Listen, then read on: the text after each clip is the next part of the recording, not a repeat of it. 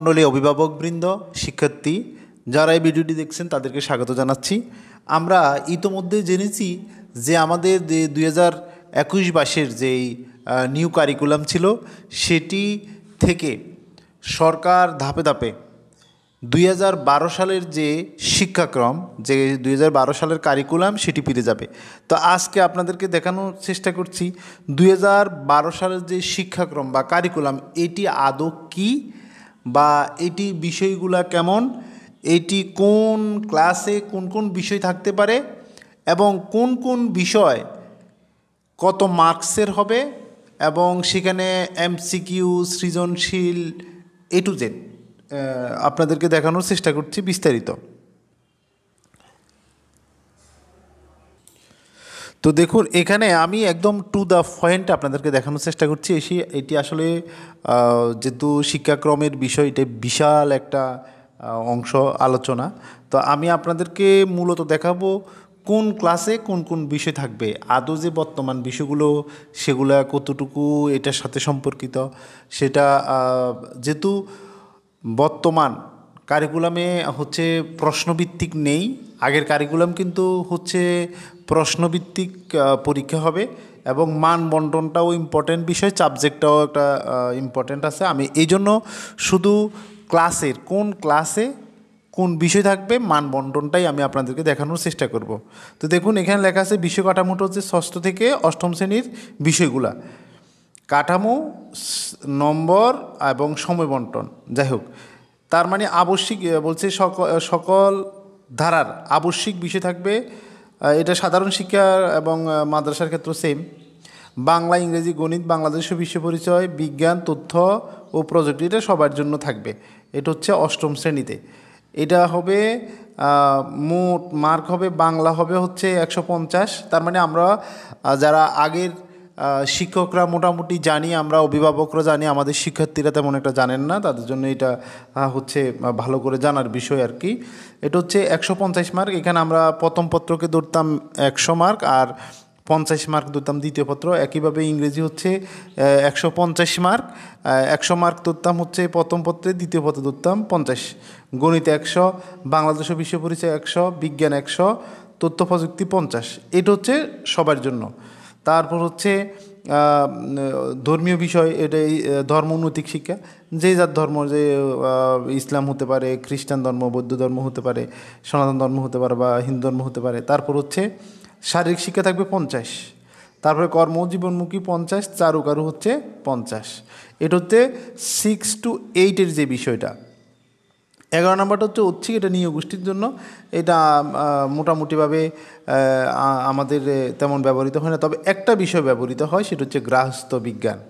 গৃহস্থ বিজ্ঞান কিন্তু আমরা দেখেছি আগেও ছিল, হচ্ছে ক্লাস 8 থেকে শুরু করে মোটামুটি এগুলো ছিল। তো দেখুন, এটা হচ্ছে প্রথমটি দেখানোর চেষ্টা করেছিলাম, সেটা হচ্ছে ষষ্ঠ থেকে অষ্টম, এটা হচ্ছে নবম দশম শ্রেণী। মূলত আমাদের এই সময়ে আমাদের মোস্টলি ইম্পর্ট্যান্ট যেটা আমরা মনে করি, সেটা হচ্ছে নবম শ্রেণীর শিক্ষার্থীরা যেহেতু তারা বিভাজন পায়নি, অর্থাৎ হচ্ছে বিজ্ঞান বিভাগ, ব্যবসা বিভাগ, মানবিক বিভাগ পায়নি, আদৌ 2012 সালের কারিকুলামে কি বলা আছে সেটি একটু দেখানোর আমরা আপনাদেরকে চেষ্টা করছি। লেখা আছে সাধারণ শিক্ষায়, এটা হচ্ছে সাধারণ শিক্ষা, মাদ্রাসা না, এটা সাধারণ শিক্ষায় নবম দশম শ্রেণীর বিষয়টা কী হবে, আবশ্যিক বিষয় হচ্ছে বাংলা, ইংরেজি, গণিত। বাংলা হচ্ছে 200 মার্ক, অর্থাৎ হচ্ছে আমরা যারা শিক্ষক, আমরা অভিভাবক, তারা মোটামুটি জানি। সেটি হচ্ছে প্রথম পত্রে 100, দ্বিতীয় পত্রে 100। ইংরেজিও সেম, প্রথম পত্রে 100, দ্বিতীয় পত্রে 100। গণিত হচ্ছে 100 মার্ক। ইসলাম নৈতিক বা মানে ধর্মশিক্ষা, সেটা হচ্ছে 100 মার্ক। তারপর তথ্য প্রযুক্তি 50, ক্যারিয়ার শিক্ষা 50, শারীরিক শিক্ষা 100। এটা হচ্ছে আবশ্যিক বিষয়, অর্থাৎ এটা বিজ্ঞান, মানবিক, অর্থাৎ ব্যবসা শিক্ষা সবাই নিবে।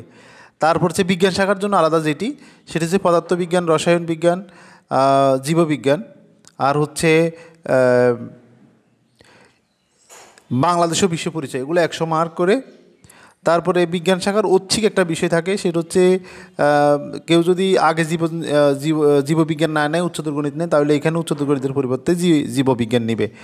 তারপরে হচ্ছে গ্রাহস্থ থাকতে পারে। কারো থাকতে পারে, এগুলো হচ্ছে ঐচ্ছিক সাবজেক্ট বিজ্ঞান বিভাগের জন্য। এবার আসি আমরা ব্যবসা বিভাগের জন্য, ব্যবসায় শিক্ষা শাখার জন্য ব্যবসায় উদ্যোগ, হিসাব বিজ্ঞান, ফিনান্স, সাধারণ বিজ্ঞান। এটা হচ্ছে ব্যবসায় শিক্ষা শাখার জন্য। এবার আসবো আমরা ব্যবসা শিক্ষার ঐচ্ছিক বিষয় থাকে গৃহস্থ বিজ্ঞান, ভূগোল ও পরিবেশ, তারপর হচ্ছে বেসিক ট্রেড,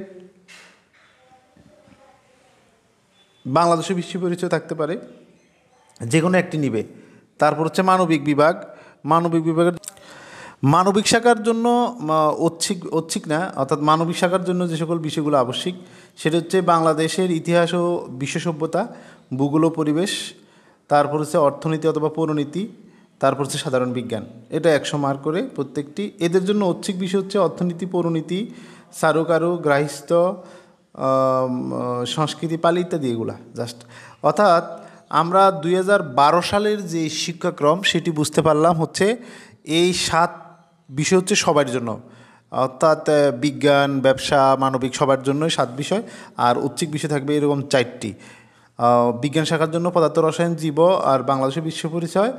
আর ব্যবসা শাখার জন্য হচ্ছে ব্যবসায় উদ্যোগ, হিসাব বিজ্ঞান, ফিনান্স, সাধারণ বিজ্ঞান। আর হচ্ছে মানবিক শাখার জন্য হচ্ছে বাংলাদেশের ইতিহাস ও বিশ্ব সভ্যতা, ভূগোল ও পরিবেশ, অর্থনীতি অথবা পৌরনীতি, আর হচ্ছে সাধারণ বিজ্ঞান।